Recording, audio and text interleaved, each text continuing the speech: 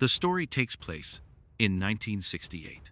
Paul is driving his girlfriend Iris through the suburbs along the railroad tracks. He has prepared a surprise for her, dinner at the new Skyview restaurant located at the top of a tall tower with a panoramic view of the city. But Iris's romantic mood is clouded by disturbing thoughts. At the entrance, the couple takes a memorable photo and heads for the elevator. The elevator is crowded, but the elevator operator invites them in anyway.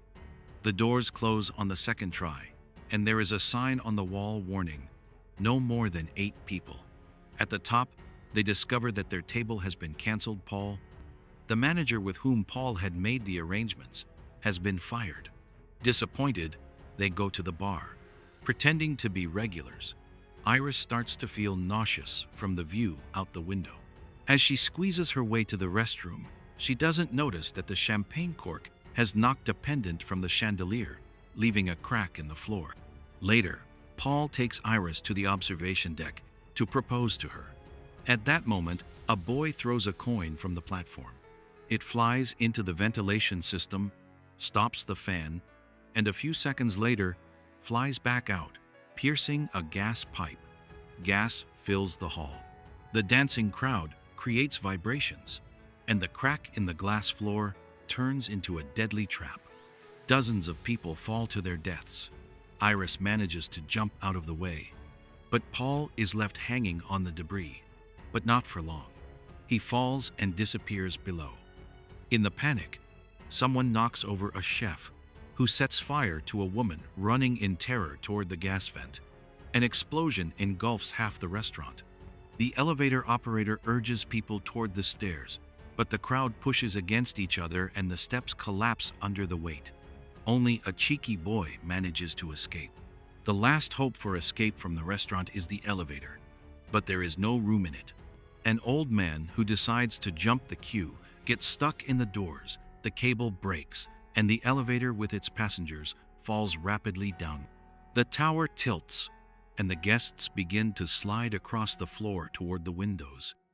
Iris remains below, but fate has a new surprise in store for her. A coin thrown onto the chandelier by the explosion falls directly onto the piano. The instrument rolls, breaks the glass, and flies down with the people, eventually crushing the cheeky boy. Iris notices a survivor, the pop singer's son, and rushes towards him, but the tower collapses. The girl clings to the boy with one hand and to the reinforcement with her ring finger. Gravity tears the skin off her hand, and they fall into the void. At that moment, it becomes clear that it was all a dream of a student named Stephanie. Her friend advises her to go to her hometown and ask Iris's grandmother why she dreams of her death. At home, Stephanie meets her brother Charlie and her father. But her mother left home long ago, and her grandmother lives alone. Together with her brother, she goes to her uncle Howard, Iris's son, where her cousins live. Howard tells them that Iris kept them locked up for their own safety when they were children, until the authorities took her into custody. After her husband's death, she became obsessed with death and sent letters with clippings about accidents. In the old letters, Stephanie finds a photo from Skyview and a return address. She goes to her grandmother, whose house in the woods resembles a bunker. Iris meets her suspiciously, but after confirming their relationship, she lets her into the house. It quickly becomes clear from their conversation that the old woman is not herself. She claims that on the day of the disaster, a vision helped her save people. But since then, death has been crossing off everyone who was supposed to die then, including her husband. For many years, Iris studied accidents and kept records of methods of death. Now suffering from cancer, she is convinced that her gift of foresight will pass on to Stephanie, and that death will take all her loved ones. The only advice she can give is to lock herself away and avoid any risks. Stephanie decides that her grandmother's words are nonsense and leaves. But Iris wants to prove that she is right and, for the first time in many years, goes outside to give her the book. Suddenly, a weather vane falls from the roof, hits a fire extinguisher, and then hits Iris on the head. The whole family, including Stephanie's mother Darlene, arrives at the funeral. Not wanting to see her, the girl leaves, and the relatives gather at Uncle Howard's house. In the yard, they are preparing for the memorial service. A glass falls. A shard falls into a bucket of ice. A rake lies under a trampoline with a hole in it. The sons ask Howard to do a somersault, but Darlene notices the danger and removes the rake. Julia drops a bottle and turns on the pump, filling the hose. At that moment, a distraught Stephanie arrives. She has been studying her grandmother's book at home and realizes that death is near. The visit distracts Bobby, and he steps into the hole in the trampoline. Under his weight, the hose pulls out the rake, which starts the lawnmower. Howard steps on a piece of the rake, falls under the blades, and dies. After studying the records, Stephanie realizes that the survivors of Skyview and their descendants are dying in the same order as in her dreams. Next will be Howard's son, Eric. Her family does not listen to her. That evening, while working at a tattoo parlor, Eric drops a can of flammable liquid, and a chain hanging from the ceiling catches on his piercing and wraps around a fan. He knocks over a lamp, and the spilled liquid ignites. The flames quickly engulf the rest of the materials, and an explosion occurs. Eric survives thanks to his leather jacket, but laughs at his cousin's warnings.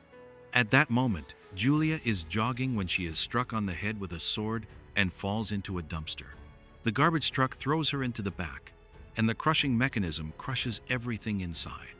Realizing that Stephanie was right, the family finally begins to take her words seriously. It turns out that Eric is not Iris's blood relative, which means that death will not come for him. Bobby is next in line. To save him, the family goes to the hospital to see JB, Iris's old friend. He tells them about 2 ways to cheat death: kill someone else and take their time, or survive clinical death with the help of resuscitation. Eric suggests the second option to his brother. They secretly take peanut candy to cause Bobby to go into anaphylactic shock and an auto-injector with medicine. When the candy starts to take effect, the MRI machine turns off. The magnet attracts Eric's piercing and then pulls the wheelchair toward it, piercing it with tubes. Bobby tries to get the medicine from his dead brother's hand, but then the spring from the gun flies out and hits him in the head. Now it's Darlene's turn. The family decides to hide in Iris's cabin, where she has lived for decades. Stephanie gets behind the wheel of the mobile home, and they make it to the gate, breaking it down. But inside the house, sparks from the wiring ignite the leaves, and a flower pot falls, cutting the gas hose. The explosion knocks a pole onto Darlene, killing her. The shockwave flips the trailer into a pond, where Stephanie, strapped in, begins to drown. Charlie dives in, cuts the strap, pulls his sister out, and performs CPR, temporarily stopping the chain of deaths. Sometime later, the old woman drops a coin, which jams the rails when the switch is thrown. Charlie prepares for graduation, but a family friend notices that Stephanie was not clinically dead long enough. The curse has not been lifted. At that moment, a freight train derails, destroying houses. The relatives flee, but logs fly out of the last car, killing them one by one. The end. Well, that's it. Another encounter with death is over. But as we know, she is always nearby. Want more stories like this? Subscribe to the channel. There's more excitement ahead.